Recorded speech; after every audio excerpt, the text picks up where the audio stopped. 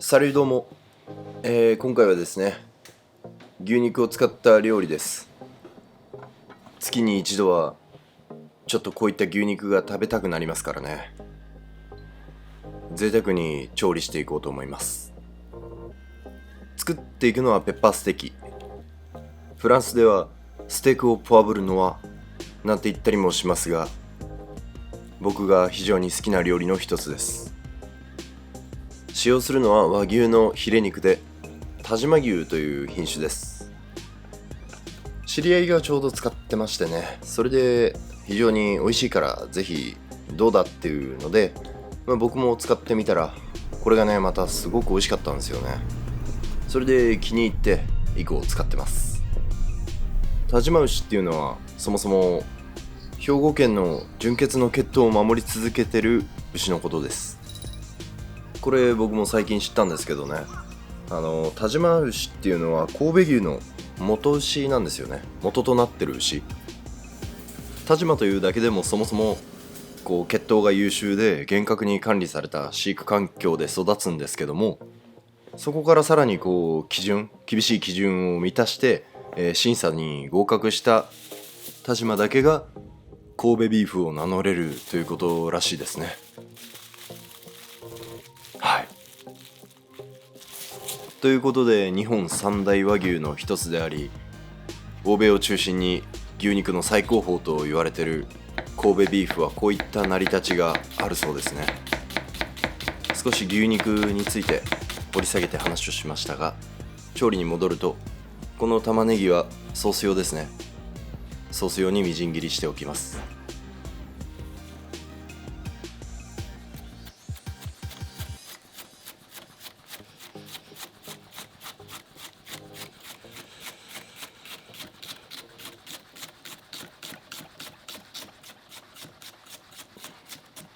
ここからはペッパーステーキなんで黒胡椒ですね。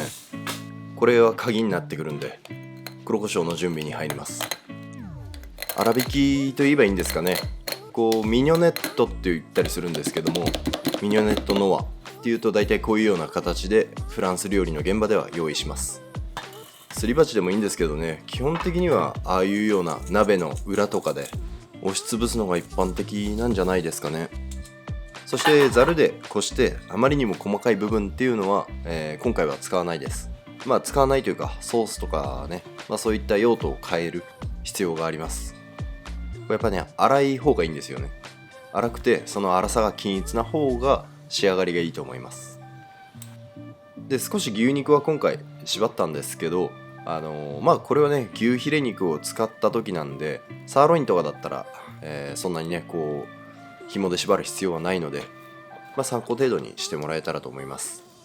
で全体的にね厚さがこうしっかりしてるんで、側面にも塩を振ります。そして塩を振った後、先ほどの黒胡椒ですね、その中に牛肉を入れてしっかりとこうなんですかね、黒胡椒をまとわりつかせるようにグッと押します。この黒胡椒のつきが悪いと焼いてる時にね剥がれてしまいますから注意しましょう。ここからは先ほど準備できた牛肉を焼いていく作業です。できれば鉄のフライパンの方がいいですね。フッ素加工のフライパンでもいいんですけど、黒胡椒のねこうザラザラした感じがフライパンを傷つけてしまう可能性もあると思うんで、あと鉄のフライパンの方が温度も高くなりますしね、焼き色がつきやすいんで、まずは両面をしっかりと焼き固めます。この時点で黒胡椒もしっかり焼いて香りを引き出していくようなイメージで焼きます。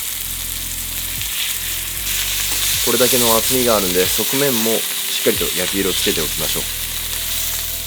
もうこの時は強火でささっと表面に焼き色をつけて、中に火を入れたくないんで早めに引き上げます。そして牛肉は高温で焼かれたんでちょっとびっくりしてますから、少し休憩させてあげて、その間にフライパンは一旦油を捨てて拭き取ります。それで綺麗になった状態ですね。この状態でバターを加えて焦がしバターを作っておくイメージです。お好みでニンニクも加えてこうバターにねよりこう香りをつけるような感じです。これをねやると結構いい感じになりますね。それで焦がしバターもあんまり焦げすぎない状態、このバターの泡が生きてる状態って言ったりするんですけど、こうバターのね泡がきめ細かい状態を通り過ぎてしまうとなんです、あんまり良くないんですよ。つまりこういった綺麗な泡の状態ですね。この中で牛肉を火入れていきたいんです。これぐらいの温度をキープします。だいたい中火、もしかしたら場合によっては少し弱火寄りになるかもしれないです。これで片面2分ひっくり返して2分、もしくは片面3分ひっくり返して3分とか、それぐらいの時間帯でやります。人によってはねもっと長い人もいればもっと短い人もいて、これは本当感覚の世界だと思ってます。割といい感じになったので一旦引き上げます。あんまりね長時間やりすぎると何でしょう、こう断面がね白くなっちゃったりするんで火入りすぎちゃう状態ですね。それでさっきアルミホイルをかぶせて5分ぐらい休ませたんですけど、まだもう少し火入れが必要だと思ったので同じ工程を繰り返しました。なのでだいたい片面2分ひっくり返して2分っていう感じですね。さすがにそろそろいいと思うんでこれで引き上げて、それでこのバターですね、このバターがまだ焦がしバターとして使える状態であるかどうかっていうのが結構大事で、使える状態だったらそれをそのままソースにつなげていきます。もうね焦げすぎて苦いとかってなっちゃうとどうしても使えないんで、その場合はこのバターはもう一回リセットする必要があります。今回はね使えるんでそのままいきましょう。玉ねぎを炒めて甘みが出たらフォンドボーを加えます。それでフォンドボーもだいたい半分ぐらい煮詰まったところで生クリーム、フォンドボーはなくても成立するんですけど、あった方が絶対的にこう本格的な味ってやつですかねになります。あとはマスタードですね。マスタードも加えて、ここからさらに煮詰めて、こう生クリームの濃度がねちょっとついてくるんですよ。それぐらいまで煮詰めていきます。こう色が変わってきますよね。ちょっと茶色っぽくなってくるというか。そしたら白ワインビネガーを加えて味見です。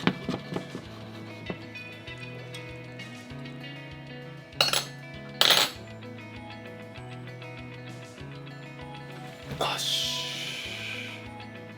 よし。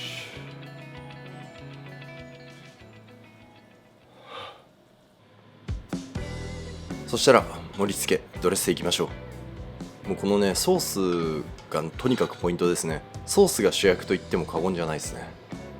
濃度と色で見極めることが大事だと思います。こう爽やかな苦味のクレソンとおまけでニンニクで完成です。こう塊肉ってね切る瞬間がやっぱ一番楽しいっすよね。楽しくてたまらない。めっちゃいい色になったんじゃないですかね。これはもう文句ない焼き加減ですね。火入れ完璧だね。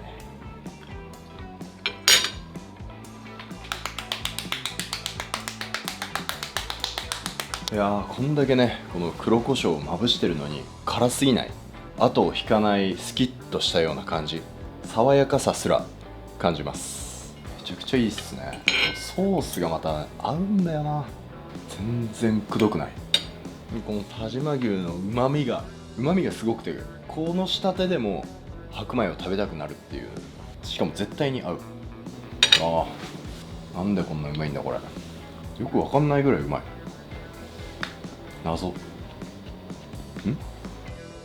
というわけでペッパーステーキでした。よかったらぜひ参考にしてみてください。それじゃまた次回の動画でお会いしましょう。アビアント。